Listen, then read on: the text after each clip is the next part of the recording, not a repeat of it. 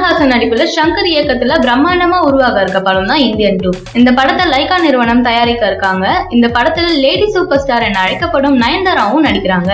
அஜய் தேவ்கர் நடிக்க மேலும் முதல் பாகத்துல நடித்த ஒருவர் படத்துல இணைய உள்ளார். அவர் வேற யாரும் இல்ல, இந்தியன் படத்துல கமலை துரத்தும் போலீஸா நடித்த நெடுமுடி வேணுவே இப்பாகத்திலும் நடிக்க உள்ளார்.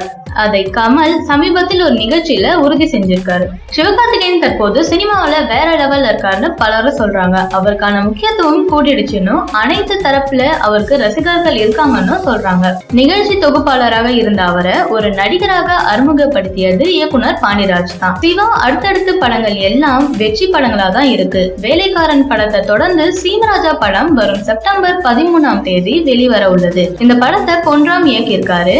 இவரின் இயக்கத்துல சிவா சூரி காம்பினேஷன்ல கொடுத்த படம் தான் வருத்தப்படாத வாலிபர் சங்கம். இந்த படத்தை யாராலுமே மறக்க முடியாது. இப்படம் நல்ல வரவேற்பையும் பெற்றது. காமெடிகளும் பாடல்களும் இப்போதும் எவர்கிரீனா தான் இருக்கு.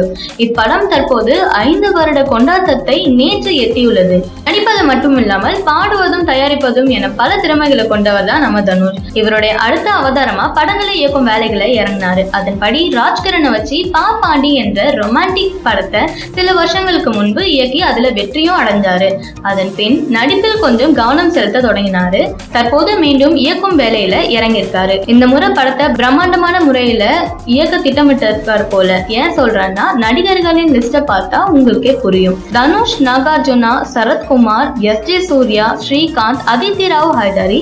இந்த படத்தோட டைரக்டர் வந்து தனுஷ், போட்டோகிராஃபர் வந்து Om Prakash, music director Sean Roldan, editor G K. Prasanna, art director Muthuraj, production Thenandal studios limited. Tamil சினிமாவில் இளம் ரசிகைகள் என பலரையும் ஈர்த்தவர் தான் அனிருத். வைத்தஸ் கொலவரி என்ற பாடல் மூலம் மிகப்பெரிய பிரபலமானவர். அடுத்தடுத்து தனுஷ், சிவகார்த்திகேயன், சூர்யா என முக்கிய நடிகர்களின் படங்களுக்கு இசையமைத்து ஹிட் கொடுத்திருக்காரு.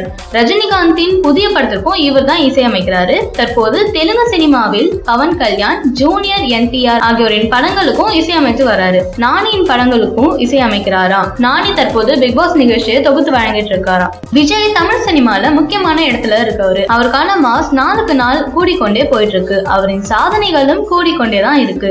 கேரளாவில அவருக்கு பெரும் ரசிகர்கள் கூட்டம் இருக்கிறாங்க. அண்மையில அவர் கேரளாவில் வெள்ளத்தால் பாதிக்கப்பட்ட மக்களுக்கு 70 லட்சம் நன்கொடையும் வழங்கியிருக்காரு. மேலும் இதில் ரசிகர் மன்றம் மூலமாக நிவாரண பொருட்களையும் வழங்கியிருக்காரு. இந்நிலையில விஜய் செய்த இந்த நல்ல செயலை இயக்குனர் பேரரசு குறிப்பிட்டுள்ளாரு.